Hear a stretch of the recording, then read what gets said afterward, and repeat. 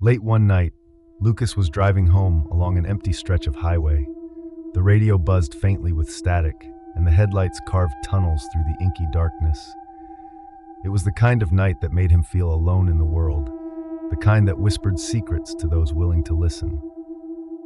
As he drove, a figure appeared on the side of the road, standing perfectly still under a flickering streetlight. It was a woman, drenched from the rain, her long dark hair clinging to her pale face. She raised her hand in a slow wave, and Lucas, against his better judgment, pulled over. "Do you need a ride?" he asked through the rolled-down window. The woman nodded but didn't speak. She climbed into the passenger seat, her wet clothes soaking the upholstery. Lucas turned the heat up, trying to shake the chill that seemed to come with her presence. "Where are you heading?" he asked, glancing at her. She stared straight ahead, her face blank, her lips unmoving. "Just drive," she murmured, her voice barely audible. The road stretched endlessly, and Lucas couldn't shake the feeling that something was off. The air grew heavier with each passing mile, the silence in the car pressing against his chest. He tried to make small talk, but the woman never answered. After a while, he noticed the smell, a faint, metallic tang that made his stomach turn. He glanced at the woman again, and his heart skipped a beat. Her face seemed different, paler, almost translucent. "What's going on?" he asked, his voice shaking.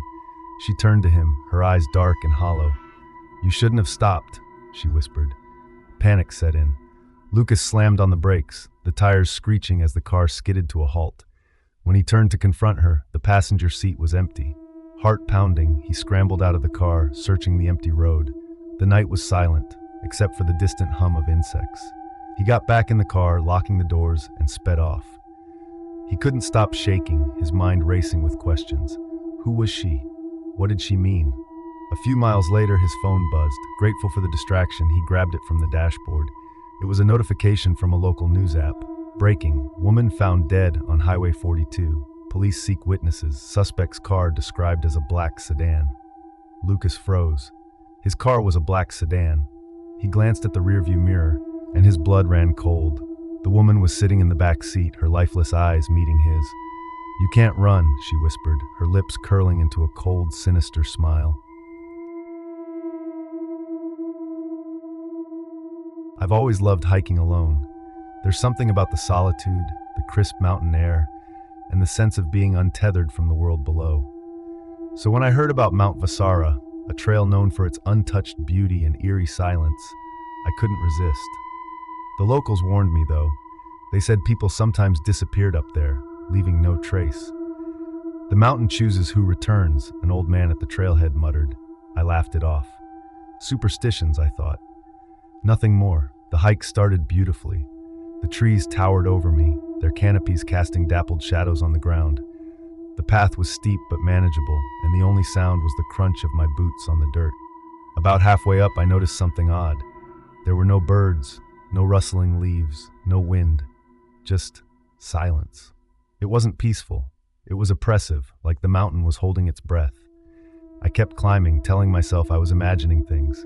But then I saw her. She was sitting on a boulder by the trail, a woman in a faded red jacket, staring out into the trees. She didn't look like a hiker, no backpack, no gear, just sitting there, completely still. "Are you okay?" I called out, my voice breaking the heavy silence. She turned slowly to look at me, her face pale and expressionless. "You shouldn't be here," she said softly, her voice barely audible.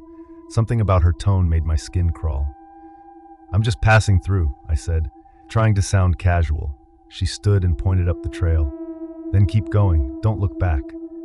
I hesitated, but her eyes, they weren't right. Too dark, too empty. I nodded and walked past her, my heart pounding.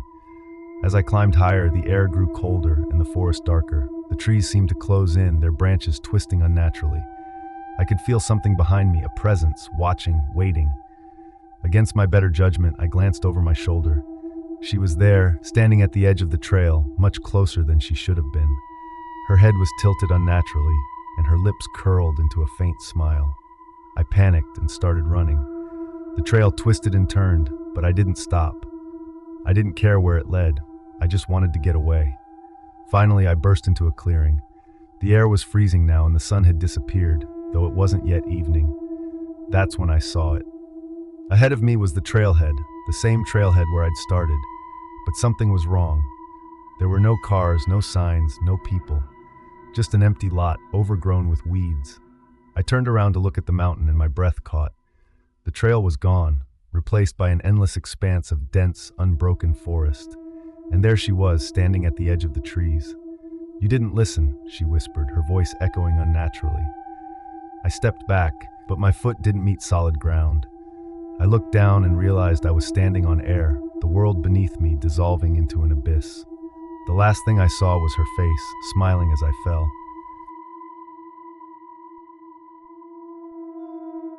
I've performed exorcisms for over 20 years, but something about this one felt wrong from the beginning. The boy Daniel was just 16. His parents described him as kind, studious, and quiet, until 2 weeks ago when he began speaking in a voice that wasn't his. They brought him to the church, and I could see their desperation. Daniel sat slumped in the chair, his eyes half closed, his skin pale. He didn't flinch when I sprinkled holy water on him. But then he spoke. "Father," he said, his voice low and guttural, "do you really think this will work?" I steadied myself. "In the name of the Lord, you have no place here. Leave this boy at once." He laughed, a deep, mocking sound that echoed through the room. "You think I'm afraid of your words? Of you?" I began the rite, reciting scripture with all the conviction I could muster. The boy thrashed and screamed, his voice shifting between guttural roars and shrill cries. His body contorted unnaturally, but I held firm, shouting over the chaos. The room grew colder. Shadows flickered on the walls, moving in ways they shouldn't. I could feel a presence, heavy and malevolent, pressing down on me. Daniel's eyes snapped open, black as the void, and he stared directly at me. "You're not as holy as you pretend to be," he hissed. I faltered for just a moment, but it was enough. He smiled, a cruel, knowing grin. "You think your secrets are safe?" he taunted. "Tell me, Father, do they know what you did? Do you even remember her name?" My throat tightened. "Silence," I commanded, but my voice wavered. The shadows seemed to close in, and his voice softened, almost a whisper. "You can't save him, just as you couldn't save her." I don't know how long the ritual lasted after that. Hours, maybe. But eventually Daniel collapsed, his body still. His parents rushed to his side, crying with relief when he opened his eyes and whispered, "Mom?"